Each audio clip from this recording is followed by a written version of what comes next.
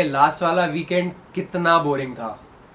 Have you ever found your self saying something like this, या फिर कोई आपका दोस्त आपको आके ये बोल रहा है कि यार ये पिछला वीकेंड बहुत बोरिंग था, मैं पूरे हफ्ते वेट कर रहा था कि कब वो 2 दिन मिलेंगे जिसमें मैं सुबह से लेकर रात तक अपने टाइम को अपने तरीके से यूज़ कर पाऊंगा, जहाँ मेरा बॉस मुझे नहीं बता रहा होगा कि what I have to do at 2 PM और 5 PM इन द इवनिंग। वो टाइम मेरा होगा। लेकिन जब वो दिन आया, I felt super bored what to do with my time. कोई मुझे बताने वाला नहीं था कि इतने बजे ये करना है वो करना है, which we are use to during the week when we are working. But जब वो घंटे आपको फ्रीली दिए गए, फ्रीडम मिली, तो आई डोंट नो, पूरे हफ्ते जो चीज़ें नहीं कर पा रहा था, family time, talking to friends, maybe hanging out, going out with them, और जस्ट रिलैक्सिंग, वो सब चीज़ें जो नहीं हो पा रही थी, एक स्केड्यूल था, उस सब से बाहर आके वो चीज़ें भी कर ली। बट फिर भी ऐसा लगा वीकेंड आया और वीकेंड गया, कुछ तो कमी है। I genuinely believe that doing something is way more interesting and satisfying than basically just relaxing or consuming content or endlessly scrolling your social media feed. इस वीडियो के 2 ऑब्जेक्टिव हैं। पहला ये कि आपको ये बताना कि आप ऐसे कौन से काम और ऐसे कौन से टास्क कर रहे हो जो आप अवॉइड कर सकते हो, उन्हें नो बोल सकते हो और उस टाइम को बचा सकते हो, और उस टाइम को बचा के आप कहाँ लगा सकते हो जिससे आप एक्चुअली ज़्यादा सेटिस्फाइड फील करोगे और ये फील नहीं करोगे कि वीकेंड आया और वीकेंड गया। So without further do, let's get straight into the video.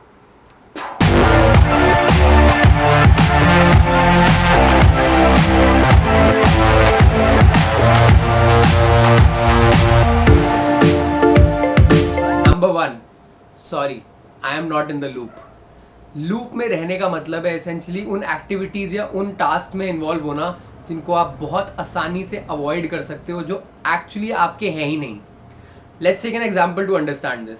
आपके एक फ्रेंड ए ने आपको फ़ोन करके बोला, यार मुझे इस चीज़ में तुम्हारी हेल्प चाहिए, can you help me do that. Now you can not help him in that particular thing, पर आपका एक और फ्रेंड बी है जो उसकी हेल्प कर सकता है। नाउ देयर आर 2 रिस्पॉन्सेज है। One is you can say, यार बी से पूछ के बताता हूँ, उसे इसके बारे में पता है, उससे पूछ के मैं तुझे फ़ोन करूँगा।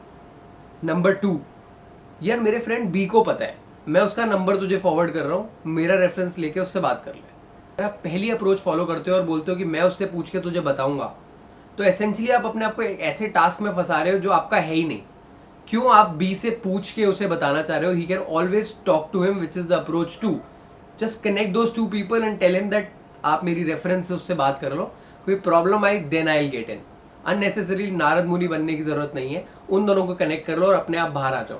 ये छोटी छोटी चीज़ें चेंज करके आप अपने आप को इन लूप्स से बाहर निकाल लो, जिन लूप्स में आपका होने का कोई मतलब ही नहीं बनता। Number 2, screw meetups.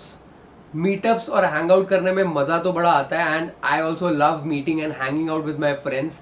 Meetups are really good, they help you network, they help you meet a lot of your friends और people with whom you had lost connect. But point ये है कि फ़ोन पे भी वो चीज़ें बहुत अच्छी से हो सकती हैं। I have a lot of friends who are basically in different cities. They're not in Delhi. I live in Delhi, and I'm still able to maintain a very good relationship with them because we do get on calls as and when we can. I think phone पे बात करना, text करना, कभी कभी video calls कर लेना, these are good enough to kind of grease the relationship, and you don't actually need to meet someone to maintain that relationship. Because meetups essentially take a hell lot of time. You have to plan your day, to go out, meet somewhere, and spend all that time and then commute back. It takes a hell lot of time. And just because you think कि मिलने से वो relationship maintain होगा, तो ऐसा नहीं है. I think calling, texting are decent enough ways to be in connect with someone rather than always thinking कि यार मिलना पड़ेगा. Number 3, chase and work for that desire. Let me give you an example where I can relate this the most. On my birthday this year, I rented my favorite bike. I love Bullet. And I rented it for a day and I drove it around the city. वो weekend मुझे इतना मज़ा आया कि उस दिन Sunday रात को, नेक्स्ट डे जब मुझे काम करना था, मंडे आने वाला था, तो मुझे बिल्कुल भी ऐसा नहीं लगा कि यार वीकेंड आया और वीकेंड चला गया, because I kind of enjoyed that weekend to the fullest. So essentially it means there are certain things which you would essentially want to do.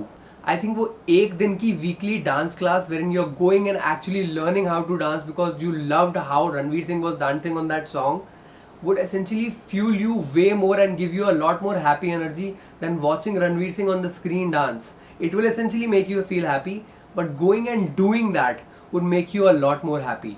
So I think every one of us should look out for that one desire or anything which excites us and totally kind of intrigues us कि यार ये तो मुझे करना ही है. I would love to do this if I get time someday.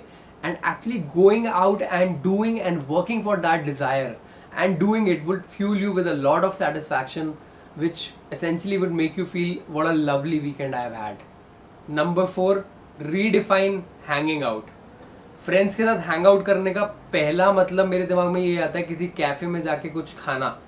But essentially अगर आप hang out को थोड़ा सा रीडिफाइन कर दो और हर बार फ्रेंड्स के साथ बाहर जाने को ये मत बोलो कि that means going out to a cafe and eating out. Instead of doing that you can also put up this message कि सैटरडे को 5 से 6 let's play basketball at this place and after that we can go out and enjoy some good beverages at this place.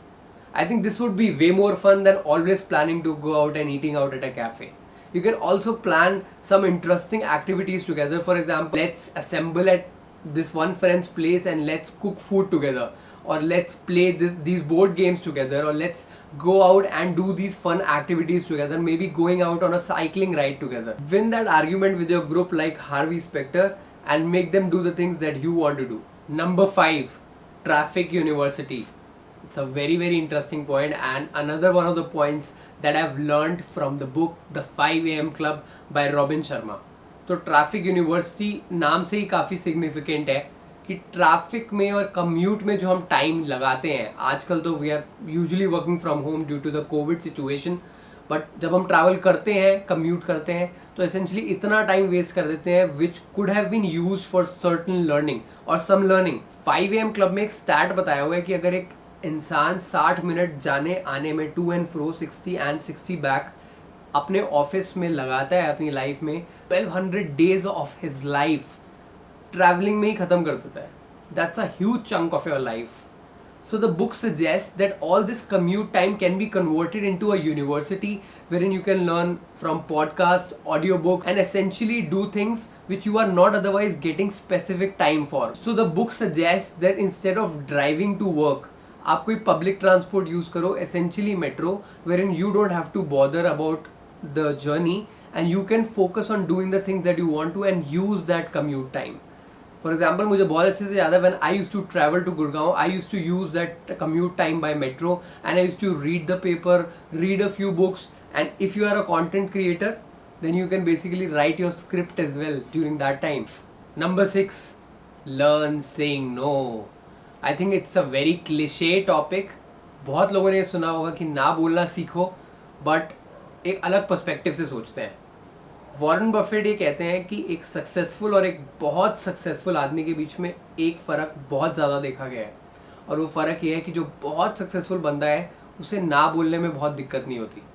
Now इस video के context में इसका क्या मतलब है? इस वीडियो के कंटेक्स्ट में इसका ये मतलब है कि आपका वीकेंड जो एकदम छूमंतर हो जाता है वो इसलिए भी हो जाता है क्योंकि हम बहुत सारी चीज़ों के लिए येस बोल देते हैं, और अगर हम काफ़ी उन चीज़ों के लिए नो बोलना शुरू कर दें, lot of the parties which we don't wish to attend, और lot of those unnecessary stroll in that malls, mindlessly window shopping just to give company to your friend, हर बार हाँ बोलना भी सही नहीं है. उन चीज़ों को अगर आपने ना बोलना शुरू कर दिया, then you will have the time to put the right things into perspective, the things that you genuinely want to do during that weekend. Maybe you want to clean your room, or maybe you want to take up a course for which you need to do some research. उन सब चीज़ों के लिए आपको time मिलना शुरू हो जाएगा. Basically you will have the time to put the right things in perspective because you have unlocked a lot of time which was getting used up in saying yes to a lot of things that you don't want to do. Number 7, have a bigger life canvas. It's a very thoughtful point. And इस point को समझने के बाद आपको कुछ ऐसा पता चल जाएगा जिससे you will be able to take up a lot of things, और आपको ऐसा नहीं लगेगा कि यार मेरे पास इसके लिए टाइम नहीं है क्योंकि मेरे रूटीन में टाइम नहीं है. शायद किसी को पेंटिंग सीखने का मन है, या किसी को इंस्ट्रूमेंट प्ले करना है, या किसी को डांस सीखने का मन है, but we always end up saying this, यार मैं रूटीन से टाइम नहीं निकाल पाऊंगा, I don't have the time to take up this additional activity with what I am doing at my office and then I am going to the gym as well. I will not be able to take up this, so let's not even think about doing this. इसमें कोई भी excuse नहीं है, actually नहीं है, क्योंकि लोगों के पास टाइम नहीं होता. Monday to Friday they are totally busy, and then Saturday Sunday they need some time for themselves as well. So they end up not getting into anything like learning an instrument or learning dance or taking up anything which requires them to kind of work. But there's a secret here in exactly the remark जो हम बोलते हैं कोई चीज़ नहीं करने के लिए कि मेरे पास रूटीन में टाइम नहीं है. Who has defined this routine? Routine essentially in my and your understanding उसका मतलब होगा एक वीक. तो कोई भी चीज़ अगर हम एक हफ्ते में नहीं कर पा सकते तो हमें ये लगता है कि यार ये तो हो ही नहीं सकती because we don't have the time in our routine. But why do you call your routine or why do you define it to be just 1 week? Why can't you take up a dance class or take up something that you want to do and do it once in 14 days? Think about it. Maybe once in a month. Even if you do it once in a month, that's 12 classes or 12 repetitions in a year. But at least you would be doing it instead of saying I am not able to do it because my routine, which essentially means my week, does not allow it. By doing this, by building your life canvas to this much, there are certain things which I do every week, there are certain things that I do every 14 days, there are certain things that I do every month once. You will be able to take up a lot of things जो आप essentially पहले ही रोक देते थे कि मेरे पास week में time नहीं है, रूटीन में टाइम नहीं है, तो मैं नहीं कर सकता. सो लाइफ कैनवस बड़ा करने से आप वो सारी चीज़ें कर पाओगे जो आप पहले नहीं कर पा रहे थे, because now you know that your life is not just limited to things that you can take up in a week. I hope आपको ये वीडियो अच्छी लगी होगी और एक पर्सपेक्टिव मिला होगा कि where you can save your time and put it up and do those things which actually mean something to you and hence you can live a more satisfied weekend. If you genuinely liked what we presented, then do hit that like button. It really motivates us as a creator. We at Chartered Conversationalists wish you happy and satisfied weekends ahead.